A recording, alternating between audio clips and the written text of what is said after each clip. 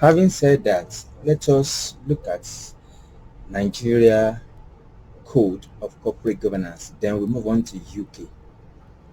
For independence of a director to be sure, according to the Code of Corporate Governance in Nigeria, he or she must not have any share capital ownership whatsoever, and if at all he or she does, must be or below 0.1%. Apart from that, such a director must not be representing any stakeholder or have any significant influence on the management or staff, must not be employee of the company, and must not have any of his or her immediate family member within the organization. Equally, he cannot serve as independent advisor in whatsoever capacity, maybe to other directors, executive director, or management staff. Must not have any major or significant customer relationship or supplier relationship. No significant contractual relationship, and must not be a partner or executive of a company or in a company that work or serve as advisory or advisor to the organization in which he or she is on its board. So we move on to how we can balance the board, the balancing of the board. The UK Corporate Governance Code specifically let us know that we must have the combination of the non-executive, of the executive, and the independent director. They must all be on the board, and they must have diversified background, skill, knowledge, exposure. They must come with variety in order to balance the composition of the board. It is critical because if everybody is speaking the same language, that is, come from the same background, and everybody is saying yes, nobody is saying no, that is not diversity. But coming from different background, they will be able to look at things and criticize and constructively come to a mutual agreement that will benefit the stakeholders of the organization. Because they are coming from different backgrounds, it's an advantage to objective and constructive decision making. But it is equally important that all of them must have good judgment. All directors must accept responsibility, and they must all be accountable. Judgment is key, acceptability of responsibility is key, and accountability is paramount for the board. And when they come together in diversity, it increases the strength and constructiveness and productive decision making. So when we are talking about diversity of the board now, we are talking in form of the background, like I said, their age range must not all be in the same category of age.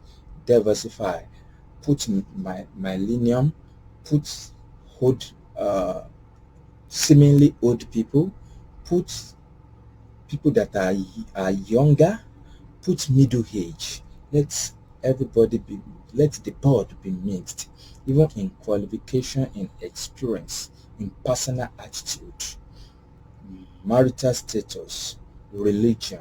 Let everything be diversified so that the world view can be robust and their contributions will be unique. Benefits of having the board diversity.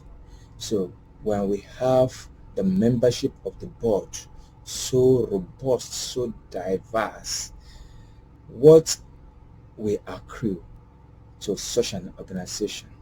Effective decision making is paramount and is inevitable. They will be able to make well-rounded, objective decision because the contribution will come from different experience, exposure, and the like. And talents and idea will be utilized, especially for the non-executive directors too. So diversity enhance the corporate reputation. Because when people hear, okay, we have this, we have a young man or a young lady at the board of our director, is a millennial. Say, oh wow. So diversity actually enhance and give reputation to an organization, boost the image of the organization.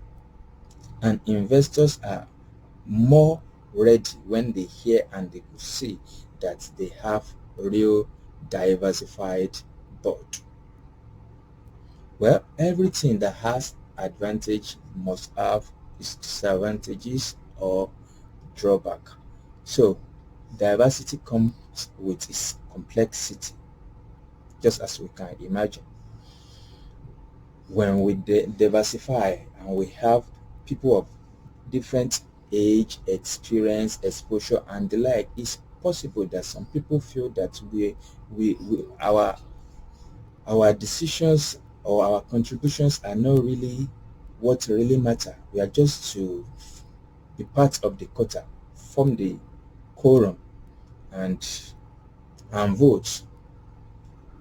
Whatsoever we do may not really be what really matter, but at least they want us to sit down on it. But that is not. But it could be because people are diversified.